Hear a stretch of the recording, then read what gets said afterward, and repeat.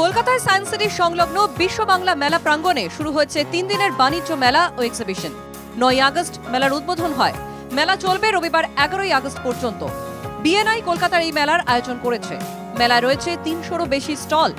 কলকাতা ছাড়াও ভিন রাজ্যের ব্যবসায়ীরাও স্টল দিয়েছেন এই মেলায়। দুবাইয়ের ব্যবসায়িক প্রতিষ্ঠানের স্টল রয়েছে এই মেলায়। এইটা আমাদের বিএনআই প্ল্যাটফর্ম আছে, eastern India's biggest platform for networking.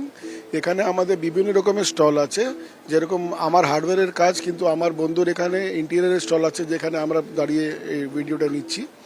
পাশে আমার বন্ধুর লাইটের আছে, তার পাশে মার্বেলের আছে, আর ফার্নিশিংয়ের আছে।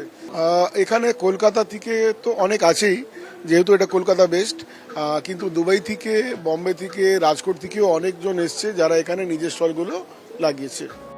শনিবার উদ্বোধনের দিনে মেলায় লোক সমাগম হয়েছিল রীতিমতো চোখে পড়ার মতো। তবে উদ্যোক্তাদের আশা, শনি ও রবিবার আরো বেশি মানুষ আসবেন এই মেলায়।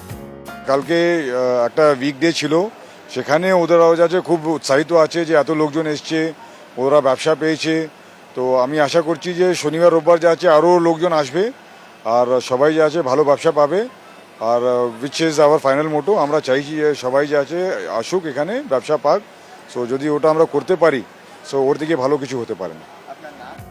শনিবার সকাল থেকেই আকাশের মুখ ভার ছিল। ঝিরঝিরে বৃষ্টি উদ্যোক্তাদের কপালে চিন্তার ভাঁজ ফেললেও শেষ পর্যন্ত অনেকেই মেলায় ভিড় করেন। দীপঙ্কর ভৌমিকের রিপোর্ট, এনকে টিভি বাংলা।